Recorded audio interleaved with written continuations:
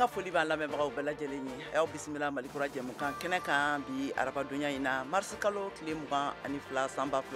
2023 la an ka bi kunnafoni kumabaw olu bɛna tali kɛ ninnu de kan. Ji a yirala k'a fɔ k'o ye balofɛn de ye wa ni ji tɛ yɔrɔ min na mɔgɔ tɛ balo ye. Bi araba in o kɛra don kɛrɛnkɛrɛnnen latigɛlen ye duniya marabagaw fɛ ka mɔgɔw la hakili lajigi ji la sagoli ko ɲuman kɛcogow la. An ka laselikɛlaw olu ye kunnafoni minnu tɔmɔ yɔrɔw la Mali jamana kɔnɔ an bɛna olu laseliw kɛ aw ye. N'an tilal'o la sunkalo fana ale bɛna bɛn wagati min ma ɲina a ka gɛlɛn kosɛbɛ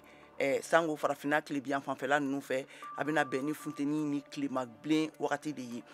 Kɔɲɔw bɛna latigɛ cogoya jumɛn na musow ka labɛn u bɛ cogoya jumɛn na sunkaloko ninnu kɔnɔna na olu fana kunnafoniw bɛ an bolo ka lase aw ma. Ninnu de bɛna fara an ka laselikɛlaw ka kunnafoni tɔmɔlenw kan duniya kɔnɔ a n'a kɔ kan ka walawala aw ye sisan jɛmukan kɔnɔna na. An ka lanzan lamɛn ka na an ka laselikɛla min n'a b'an bolo Bamakɔ Lamisa Sangare kɛnɛ kan ale bɛna kuma an ye bi ji ka don kɛrɛnkɛrɛnnen a koɲaw a bɛna tali kɛ minnu de kan Mali la Dio dugu la kɛrɛnkɛrɛnnenya la. An ka ɲanzan lamɛn ka segin ka na kɔfɛ.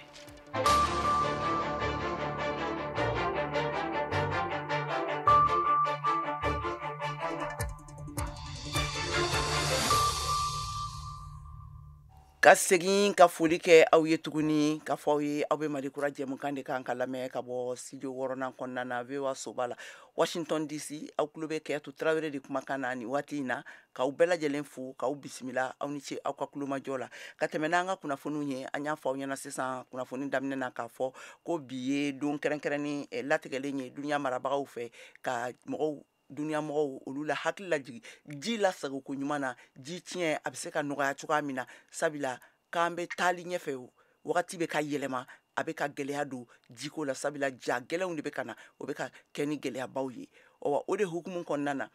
Mali mɔgɔw fana kɛnɛsigiw caman kɛra Mali la an ka laselikɛla n'o ye Lamisa Sangare ye ka bɔ Kati ale b'an bolo kɛnɛ kan yan nɔ an ye kunnafoniw sɔrɔ k'a fɔ Lamisa ayiwa i k'i bisimila an ka kɛnɛ nin kan fɔlɔ. A yirala k'a fɔ ko Dionkaw fɛ yen nɔ ko kɛnɛsigi kɛra yen nɔ ko ka nin jiko ninnu a lawaleyaliw ni mɔgɔw la hakili lajigi a kow la. E bɛ se ka mun de fɔ an ye a taabolo kan? Alors, an b'a ɲini k'a fɔ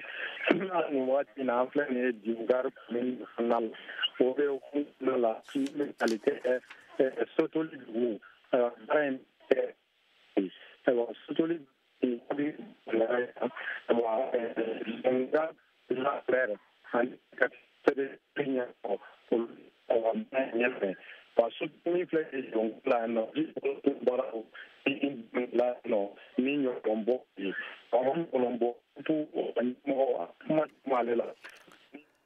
Ayiwa an bɛ hakɛto ɲini an lamɛnbagaw bɛɛ lajɛlen fɛ aw yɛrɛ y'a faamuya k'a fɔ an y'a ɲini k'a fɔ k'an bɛ an ka Lamisa laselikɛla don directement na nka ligne ma ɲi an bɛ tɛmɛ ni kunnafoni ye fɔlɔ kɔfɛ lala ni ligne ɲɛna n'an y'a sɔrɔ an bɛ na n'a ye tuguni. Awa ka tɛmɛ ne ni hakilina kelen ye Mohamed Danɲogo n'ale ye VOA Banbara ka kunnafoni lasela ye ka bɔ Bamakɔ ale fana ye Bamakɔkaw jamanadenw hakilinaw ta nin ji lasagoli ko ninnu na ani funteni ko ani sunkalo ko ninnu na an ka u ka kumakanw lamɛn. Ayiwa an lamɛnbagaw halisa ka hakɛto ɲini kɛ aw fɛ an bɛ Tijani Wederawogo lamɛn sisan ale bɛ kuma an ye jiko gɛlɛya kan Koro Tijani Wederawogo ale ye VOA Banbara ka laselikɛla ye ka bɔ Baɲaŋara mara la an k'a ka kumakanw lamɛn. Ji jɔyɔrɔ ka bon kosɛbɛ ɲɛnamaya la wa maanifin yɛrɛ tɛ taa ji kɔ. An bɛ waati min na i n'a fɔ sisan gɛlɛya kelen min bɛ Koro n'a lamini bɛɛ lajɛlen kan o bɛ tali kɛ ji gɛlɛya walima ntanya wa gɛlɛya fanba o bɛ musolakaw de kan. Asetu Jimde an y'ale sɔrɔ ji ɲini na a b'a ka gɛlɛyaw fɔ an ye. Ne taara robinet na kabini fajiri n tora yen n ma ji sɔrɔ n bɔra n nana kɔlɔn na fana ji tɛ yen. Dugu jɛko 20 musolaka dɔw de kɔni bɛ boliboli la u mago ɲɛ ji nɔfɛ a dɔw yɛrɛ bɛ kɛ ɲɛkumu kan. Hamsetu Ɲangali ale kɔni ye ji feerela ye a bɛ dɔɔni fɔ an y'a gɛlɛyaw kan. Ne bɛ robinet ji de feere tuma dɔw la k'a daminɛ sɔgɔma fo su hali an tɛ se ka bidɔn 10 yɛrɛ feere ka sababu kɛ jiko gɛlɛya ye. tuma dɔw la yɛrɛ musow bi na u bi kɛlɛ kɛ ji kama a jiko in yɛrɛ anw nɔ tɛ an yɛrɛ t'a dɔn ni jiko gɛlɛya in bɔra yɔrɔ o yɔrɔ. Koro dugu kɔnɔna na robinet bɛ maa caman ka so nka dɔw bɛ se ka kalo 1 walima kalo 2 bɔ ɲɔgɔn kɔ ji tɛ tɔni u ka robinet fɛ. Maki Gindu ale ye robinetigi ye ale b'o gɛlɛya kɔnɔna na a bɛ dɔɔni f'an ye. Jiko ka gɛlɛya ma ji yɛrɛ tɛ bɔli kɛ ji fitinin m'an bolo robinet bɛ tigɛ a tɛ na joona bon sɛgɛn b'an na yɛrɛ de surtout an ka muso tuma dɔ la u bɛ bɔ fajiri wagati u bɛ wuli pour que ka ran kɛ robinet na. Kajatu Dama ale ka baara bɛnnen don dumuni tobi de ma a bɛ gɛlɛya fɔ an ye an k'ale lamɛn. Tuma dɔ la an ka client yɛrɛ bɛ na k'a sɔrɔ an tɛ ji sɔrɔ la an bɛ soli ka taa depuis 5 heures ou bien 3 heures du matin ninnu an bɛ taa robinet na an bɛ taa ji ta an tɛ ji sɔrɔ tuma dɔ la an bɛ na fo 11 heures avant ninnu na ka tila ka n'a fɔ k'an bɛ daga sigi an bɛ n'a sɔrɔ an ka client fana presselen bɛ k'an makɔnɔ. Moto fara mobili kolaw kan olu ka fɔla ni jikotanya in gɛlɛya fanba bɛ olu de kan. Siabu Dara ale ye moto kola ye Koro an k'ale lamɛn. Vraiment ji a tɛ se k'an satisfait k'a fɔ k'a b'an ka baara permettre quoi. Parce que finalement an ye sous-presseur 1 san o kama. Sous-presseur in fana vraiment a kɔni bɛ courant consommer mais on n'a pas le choix diyagoya an ka baara kɛ n'a ye. O t'a bannen dɔw fana bɛ yen minnu ka baara bɛnnen don nakɔ de ma olu fana bɛ gɛlɛya kɔnɔna na. Umu Dion ale b'a ka gɛlɛya fɔ an ye an k'ale fana lamɛn. Kabini jiko gɛlɛya in daminɛna donc aw ɲɛ b'a la cogo min na a bɛ ka fɔsɔfɔsɔ u bɛɛ bɛ ka ja ka sababu kɛ jiko gɛlɛya ye sato kɔni b'an fɛ yen mais ji tɛ na. An y'an ka kuma barani ta ne ka an senfa ka se cakɛda min kɔni jɔlen don ni ji dili ye n'o ye Somajep ye nka olu y'a jira k'a fɔ ko ni olu ka ɲɛmɔgɔw ma yamaruya d'u ma u tɛ se ka kuma jiko in kan. Koro merilakaw kɔni y'a jira k'a fɔ ko Koro jintanya bɛ tali kɛ fɛn caman de kan bawo n'i y'a jateminɛ Koro dugukolo yɛrɛ kɔrɔ ji tɛ yen o gɛlɛya kɛn bɛ sababu ye walasa olu ka se ka ji sɔrɔ u bɛ taa dugu wɛrɛw de la ka taa ji ɲini ne k'a sama ka na Koro dugu kɔnɔna na. Tijani Wederawogo VOA Bambara tɔgɔ la ka bɔ Koro. Ka kɛɲɛ ni sunkalo daminɛli kow ye n'o kan ka daminɛ sini walima sinikɛnɛ awa labɛnw minnu bɛ sen na musolamɔgɔw bolo olu fana u ye baarabaw de ye san o san an ka VOA Bambara kɛnɛ nin kan yan nɔ an bɛ musolamɔgɔw ɲininka an bɛ kuma di mɔgɔw ma awa an ka laselikɛla Mariam Kuyate ka bɔ Bamakɔ ale de ye o ɲininkaliw n'o fɛnw kɛ an ka kumakanw lamɛn bi. An bɛɛ lajɛlen b'a dɔn ko sunkalo kɔnɔ dala dumunifɛnw sɔngɔw bɛ yɛlɛ nakɔla sɛnɛfɛnw a dɔw tɛ ye ka caya ka kɔn o gɛlɛya ninnu ɲɛ dɔ ka bɔ sunkalo musaka fɛnɛ na gabugu kɔnɔ dozo dɔw y'u ka fɛɛrɛw sigi sen kan ka kɔni don ɲɛ Umu Kuyate an ka lamɛn.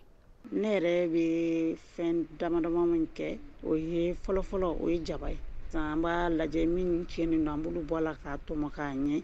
ka bugurunjɛ k'a kan k'a bila bɔrɔ kɔnɔ k'a bila mangoro sun na fiɲɛ b'a fili donc a ti tiɲɛ layi sen b'o la an bɛ nana i fana laja suma la n'an y'a ko k'a jɛ i b'a yɛrɛkɛ suma la k'i ka fini jɛlenin fɛn f'a da la pour que dimɔgɔ kana sigi ka caya la bon tamati tigɛ fana k'a laja k'a mugu bɔ ka kɛ boîte kɔnɔ. Ka kɛɲɛ ni Umu Kuyate ka nin fɛɛrɛw ye ka kɔn sunkalo ɲɛ gadonmuso dɔw fɛnɛ fɛla t'o ye Bajeba Dunbiya. Fɛn sanka mara nin ne frigo kɔni b'i bolo fɛn sanka mara ka don de la parce que souvent i de b'a fɔ ko n bɛna fɛn jalan dɔw san k'a bila bon kalo kelen a ka jan yanni o cɛ i b'a ye a gu tɛ kɛ fɛn tɔgɔ ninnu na tuguni par exemple karɔti n'a ɲɔgɔnna ninnu filɛ fɛn kɛnɛw de ni ala k'a kɛ kɔkɛ o ɲɛ bɛ ko la o bɛ hinɛ an na o dɔw kɔni o bɛ hinɛ an na ka dɔɔni fara ɲɔgɔn sɔgɔn kan tu fais à ta manière. Sunkalo ale ye waati ye min sɛgɛ ka bon kosɛbɛ musolakaw yɔrɔ sabula solikawuli b'u ma ka suguriw tobi fo ka taa se sunakari tobiliw ma ka fara nin gɛlɛya bɛɛ lajɛlen kan muso caman bɛ yen nɔ minnu fɛnɛ kan ka taa u ka baaradaw la fɛrɛ jumɛn de kan ka sigi sen kan ni musolakaw fɛ walasa u ka se ka fiɲɛ bɔda sɔrɔ sunkalo o baraji fɛnɛ kana taa k'u dan n ka madame Warma lamɛn. Bon organisation ko b'a la dɛ midi 13h ne bɛ n ka baaraw daminɛ préparatif daminɛ ka n ka dumuni tobili daminɛ donc k'a bila 16h la. Fatumata Kamara gadonmuso don feerekɛla fɛnɛ don a ka fɔ la ko maa kelen tɛ se ka nin bɛɛ kɛ ko musow ni dɛmɛ ka kan. A ma nɔgɔ sunɔgɔ tɛ yen sɛgɛn kɔni de don donc n'i taara tuguni n'i bɛ na o y'a sɔrɔ wula sera fɛnɛ faudrait que mɔgɔ yɛrɛ de ka sɔrɔ mun b'i dɛmɛ donc an bɛ aide ménagère fo la kosɛbɛ donc olu de b'an dɛmɛ kosɛbɛ n'i taara i natɔla i bɛ se ka tɛmɛ sugu de fɛ tuguni k'i ka sininanw fɛnɛ san ani sunakari ye minnu ye i bɛ tila k'olu fɛnɛ san tuguni ka na n'olu ye donc o y'a sɔrɔ kangaliba-daganinw ni mɔnidagaw mun b'i dɛmɛ o y'olu sigi ni nana a b'a tɔ goloba Bajeba Dumbiya ale fɛnɛ b'a ka fɛɛrɛw d'a ma. n'a fɔla ko 18 bɛ na se sisan o le bɛ kangaliba-daga sigi kuma ye i ka lɔ i baraji ɲinitɔ bɛ taa jurumu ɲini ka di mɔgɔw ma i b'i programme de kɛ sɔgɔma 8 9 i bɔla ka taa ci min kɛ a mɛ o mɛ 13 14 i sɔrɔ olu kɔnɔ ala ka hinɛ don cɛw la u ka se ka dɔɔni fara nasɔngɔw kan. Sunkalo min ye baraji ɲini kalo ye silamɛw bɛna kalo 1 de kɛ a la. Mariam Kuyate ka laseli do Bamako, VOA Bambara. Sunkalo min natɔ filɛ ala ka latɛmɛ ko ɲuman da ni silamɛw bɛɛ lajɛlen ma halisa an b'o sunkalo ko hukumu kɔnɔna la ɲina sunkalo nin k'a bɛna latɛmɛ kilimaba de kɔnɔna na n'o bɛ bɛn ni ja ye kɛrɛnkɛrɛnnenya yɛrɛ la Mali kɔrɔnfɛn fɛ sigidaw la a ma nɔgɔn kosɛbɛ awa VOA Bambara ka kunnafoni sɛnsɛla Maimuna Moro ka bɔ Tombouctou ale ka sɛgɛsɛgɛliw bɔra a kan an ka kumakanw lamɛn. Tombouctou ye Sahel jamana ye min temperature bɛ taa fo 50 ni kɔ la san o san ni wagati kelen na sunkalo makɔnɔ in na ni gadomuso ninnu b'o haminaw fɔ an ɲɛna sunkalo taabolo ɲuman kɛcogo la. Sun kɔnɔ a funteni ko ka bon ani ji cogoya quoi fo ni ne ye sumaya fɛnw sɔrɔ ni ɲɛ sera ka kilimu bɛɛ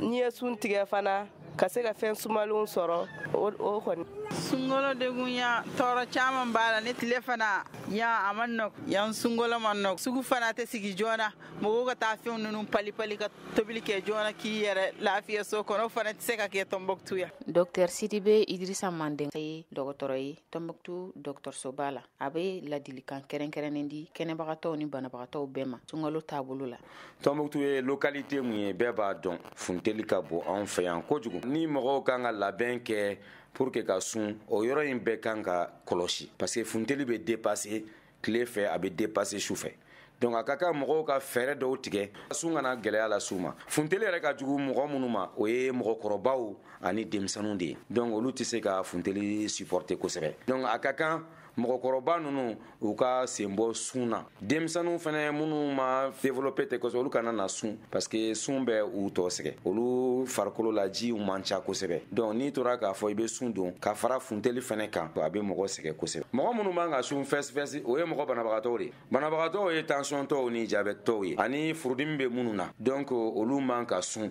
hali sɔgɔsɔgɔba bɛ minnu na u man ka sun parce que n'u tora ka sun farikolo mago bɛ ji de la pour que bana yɛrɛ ka kɛlɛ donc ni farikolo yɛrɛ sɛgɛlen bɛ farikolo fasalen bɛ ji tɛ fari la donc a man kan i ka sun kɔnɔboliba bɛ minnu fana na olu fana man ka sun parce que kɔnɔboli yɛrɛ bɛ na ni farikolo ji bɔli de donc n'i taara sun don min b'i bali ka ji fana min i b'i farikolo tɔ sɛgɛn donc o de la sunkalo kɔfɛ i bɛ gɛlɛya caman mais sunkalo yɛrɛ la an bɛ gɛlɛya caman sɔrɔ population yɛrɛ fɛ caman bɛ a bɛ bana tɔ compliqué a dɔw yɛrɛ bɛ se ka évoluer vers les décès mɔgɔ minnu man kɛnɛ a ka kan u ka na dɔgɔtɔrɔso la u bɛ na dɔgɔtɔrɔso la chaque maladie la u bɛɛ n'i ka spécialité de don donc i bɛ na i ka spécialiste fɛ yen donc ale b'a essayer k'a lajɛ i farikolo lajɛ est-ce que dusukun est-ce que i furu est-ce que i farikolo a bɛ se ka sun supporter donc n'i nana o fɛ yen olu bɛ se ka i bilasira donc n'u y'i bilasira donc a b'i dɛmɛ ka sun don sinon sun ye diyagoya ye bɛɛ de kan bɛɛ ka kan ni sun ye mais ni bana b'i la o bɛ sun kɔn dɔɔni laɲini fana tɛ i ka taa sun don mun bɛ se ka na ni yɛrɛ fagali ye o tɛ bɛn voilà surtout funteli bɛ anw fɛ yan cogo min na funteli ka bon donc mɔgɔw ka kɔlɔsi t'u farikolo la ka to ka ji min kuma bɛɛ sufɛla ni sugurudun waatiw la i y'a faamu u ka dumuni fana dun minnu tɛ dumuni jalan ye mun bɛ minɔgɔ tɔ juguya tel que le pain buru ani basi ani dumuni jalan ninnu vraiment u ka dɔ b'olu dunni na suguri waatiw la ni sun fana tigɛra u ka yiridenw dun mais jilamafɛnw dun mun b'a to farikolo yɛrɛ bɛ se ka ji ta a nɔ na o de ka ɲi. Dr Sidibe Idrissa Mandenga fɔla maaw kan k'u hakili to maakɔrɔbaw ani denmisɛnnin fitininw na jiko ta fan na ni kun ye Maimuna Moro kan ye ka bɔ Tombouctou VOA Bambara.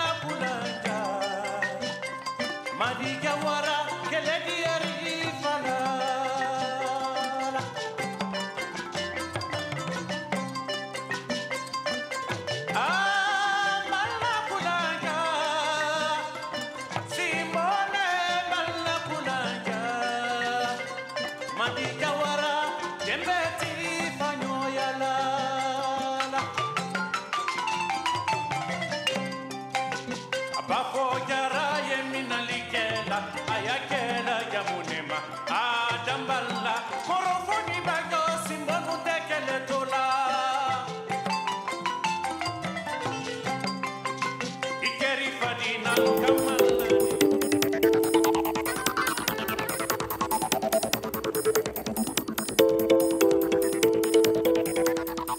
VOA Afrique ni VOA Afrique ye una adamadenw lafiyara kunnafoni ko la.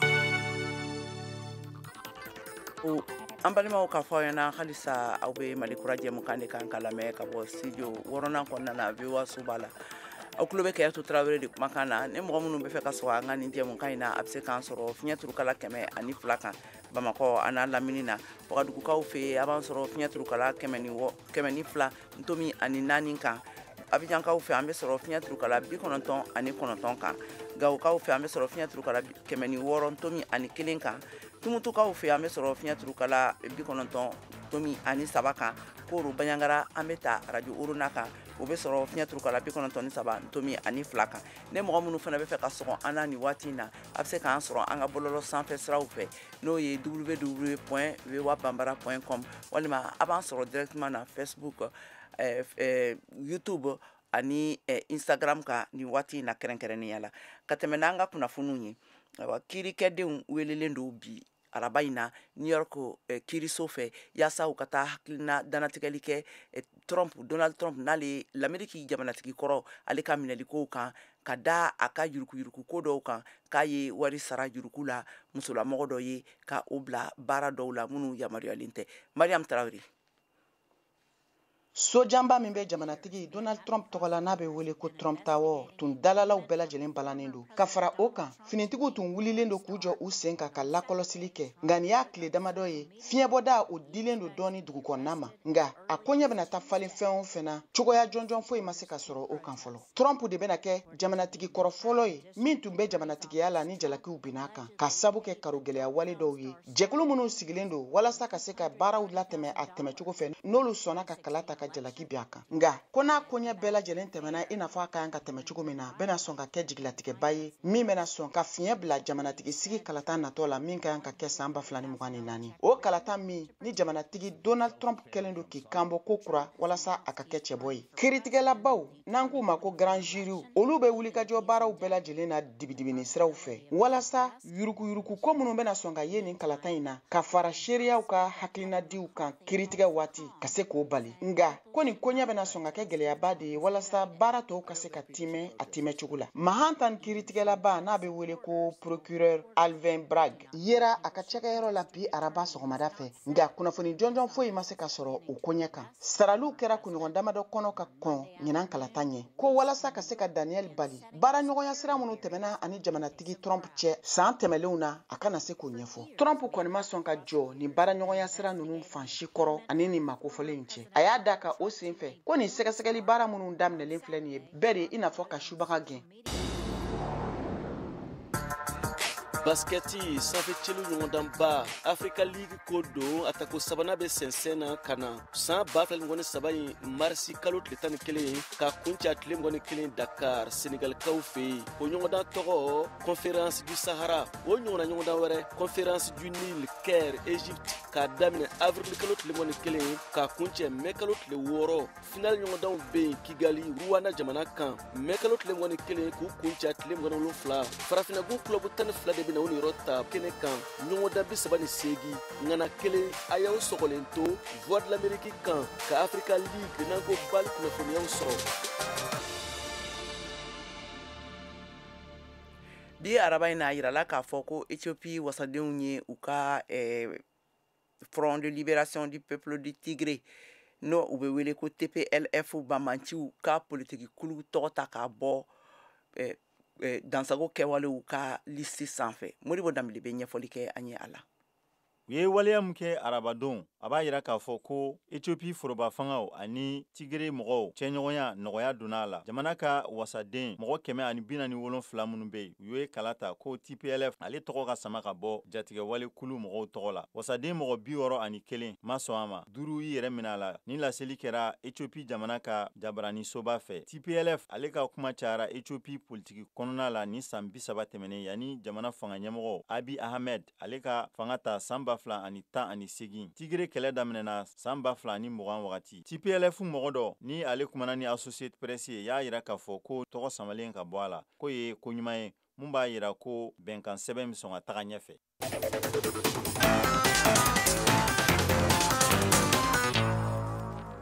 Niger jamana armée ye laseli kɛ ko dɔgɔkun tɛmɛnen na k'a fɔ k'u ye dansagokɛla mɔgɔ jate 20 ɲɔgɔnna faga ne ka tila ka 23 ɲɔgɔnna minɛ minnu lakodɔnna Boko Haram dansagokɛkulu u tɔndenw ye awa u ka lakana baaraw senfɛ u ka jamana ani Nigeria jamana dancɛ la sanfɛ la ni dugumala lakana baara ninnu waliyara kun yaasa ka se ka ni dansagokɛkulu ninnu État islamique ne u bɔra Boko Haram na ka olu ka dagayɔrɔ ci ka wuli ka bɔ yen AFP kunnafoni laseli kɛlaw ka fɔ la.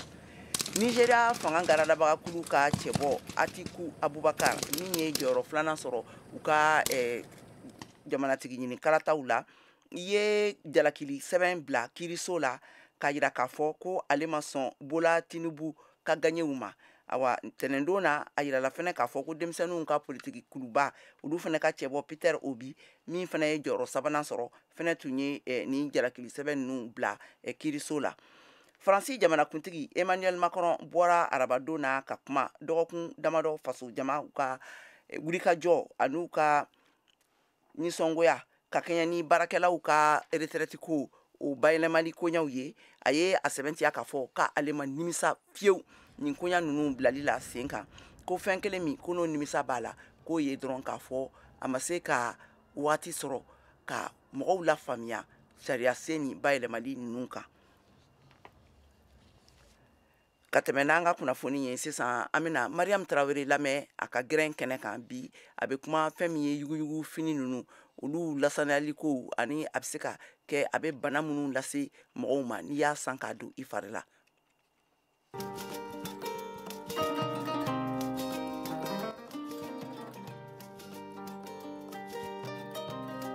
Yugu n'a bɛ wele nanzarakan na ko friperi bɛɛ bɔ diɲɛ fan caman de fɛ ka na Mali jamana kɔnɔ. Cɛ, muso, denmisɛn ani maakɔrɔ, faama komi fantan bɛɛ lajɛlen dama ka kan yugu la. Baw a gulokinin kelen walima kulisinin kelen o bɛ sɔrɔ bɛɛ ka so kɔnɔ. Jagokɛla minnu b'a ɲini ka bɔ jamanaw kɔfɛ ka na Mali kɔnɔ a feerebagaw a n'a sanbagaw fo ka s'a donnikɛlaw ma bɛɛ lajɛlen de bɛ u ka tɔnɔ bɔ yugu la a tɔnɔbɔ cogo la. Nga ko bɛɛ n'a nafa n'a fiɲɛ bɛ ɲɔgɔn na. Yugu bɛ bɔ jamana minnu kan ka na Mali jamana kɔnɔ a bɛ tɛmɛ lahalaya minnu kɔnɔ aw b'o dɔn wa? An wulila ka se yugu feerelaw a sanbagaw ani kɛnɛya baarakɛlaw ma u bɛɛ lajɛlen de bɛna u ka hakilinaw di an ma bi gɛrɛn kɔnɔ. O maa fɔlɔ ne tɔgɔ ye Alima Umayiba ye ne bɛ yugu feere de kɛ. Yugu feere in filɛ garisigɛ la ko de don. Kuma dɔ la i bɛ taa bali ta a bɛ ɲɛ kuma dɔ la yɛrɛ a dɔw bɛ ɲɛ a dɔw yɛrɛ kuma dɔ la i tɛ bɛn ni ɲuman ye quoi. I bɛ yugu feere in na a mɛnna? Aya ma mɛn kosɛbɛ fɔlɔ a tɛ tɛmɛ kalo 3 kan. Ne tun bɛ baara kɛ yɔrɔ dɔ la mais o yɔrɔ ma jan ka sotigi donc o de la ne donna yugu feere la. E yɛrɛ ka client fanba ye jɔnw ye? Cɛw don wa musow don? U bɛɛ de b'a la cɛw b'a la musow b'a la mais musow ka ca ni cɛw ye quoi. Yugu a bɛ san waati jumɛn de la kosɛbɛ?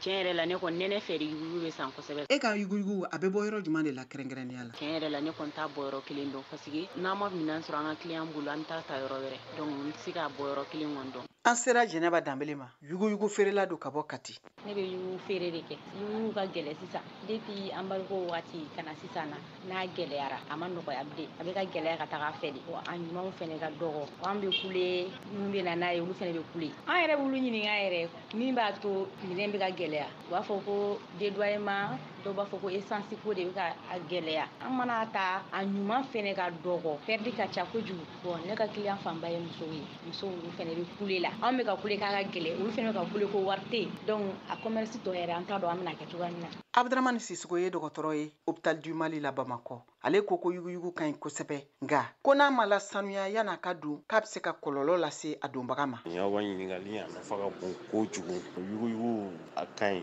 Yugu fɛrɛbɔ don vraiment presque an famille bɛɛ ka fini bɛ bɔ yen de. Mais kɔlɔlɔ min b'a la avant que u ka bali faut que u ka traiter ni produit ye. N'u y'a traiter n'a sera yan fɛnɛ an fɛnɛ an tɛ se ka girin ka don ten en tant que an ma a ko ni eau de javel ni fɛn ninnu ye pour que infection fɛn fɛn b'a la ka a bɛ bɔ la. Sinon ne o ma kɛ a bɛ kɛ sababu ye an fini dontɔ bɛ taa bana caman se an yɛrɛ ma i b'a fɔ kabaw ani infection caman parce que fini bɔra minnu na bana b'u la bana t'u la mɔgɔ t'o dɔn ni bana bɛ minnu na n'a ye yɛlɛmali ta don i bɛ fini utiliser a bɛ kɛ sababu ye bana in b'i sɔrɔ an b'a ɲini minnu bɛ na n'a ye u b'a essayer ka a traiter ka ɲɛ donc ni an mɔ hali n'u y'a traiter n'a sera ma an yɛrɛ ka traitement kan ka don pour que an bɛ se ka protéger o bana ninnu ma quoi. Nin tun ye VOA Bambara ka gɛrɛn kɛnɛ ye Mariam Traoré.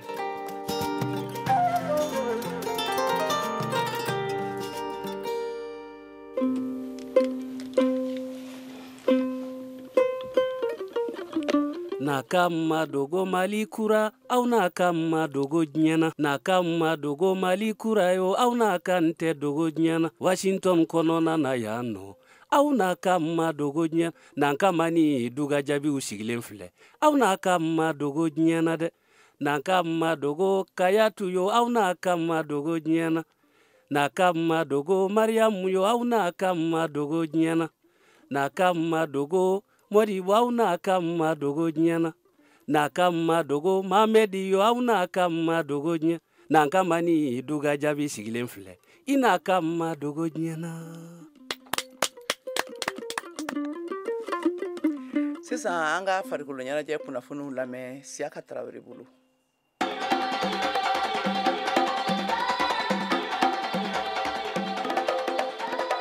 Senegali jamana kan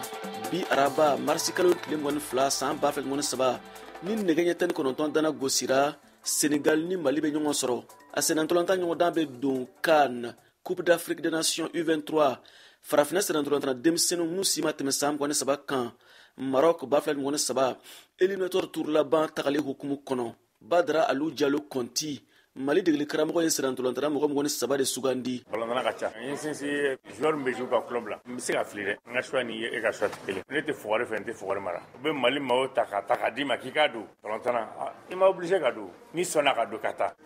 baara b'i bolo dɛ i b'a ɲigin o jagoya de ma karisa jɔn gagnera an de gagnera o de résultat ye balɔntan fana baraji bi. Sénégal Mali o ɲɔgɔndan ma nɔgɔn Aliou Badara Diallo Conti Mali degeli karamɔgɔ. Balɔntan gɛlɛnmaba a ka gɛlɛn u bolo a ka gɛlɛn an bolo sa bɛ siran mɔgɔ min bɛ sa faga na o fana bɛ siran génération b'an bolo an man ka siran mɔgɔ ɲɛ an tɛ siran mɔgɔ si ɲɛ n'an taara Sénégal u t'an dun u t'an kan tigɛ an ta maaw ɲingini. ɲɔgɔndan ko segini bɛ tan tarata nata marisi kalo tile 28 san 2023 Bamako stade du 26 marisi la ɲɔgɔndan fila mana kun cɛ jamana min ka kuru mana caya ni jamana fila ninnu na o de bɛna nin yɔrɔ ta CAN U23 Maroc 2023 kɛnɛ kan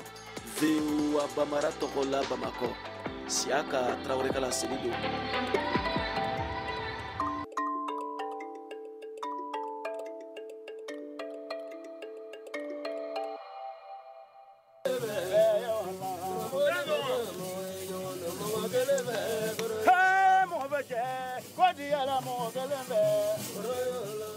An balimaw a y'a faamuya k'a fɔ ko nin bɛna dansigi kɛ an ka bi jɛmukan na kunnafoni ninnu labɛnniw a kɛra Cheikh Thiro fɛ a laseliw kɛra aw ye ne Kiyatu Tarawele ma an bɛ laɲini kɛ aw bɛɛ lajɛlen fɛ a k'aw sɔgɔlen to VOA ka kunnafoni siraw la télévision ani radio siraw la nin tun ye Kiyatu Tarawele kumakan ye Mali kura kɛnɛ kan a k'an bɛn waati wɛrɛ. Bagaji wele ka Moribo Dambele wele ka journaliste fama wele ka Bokoro ka Boya ka Wase Tajini a Bariga Mali kurala beya Bambara mɔgɔw ani ko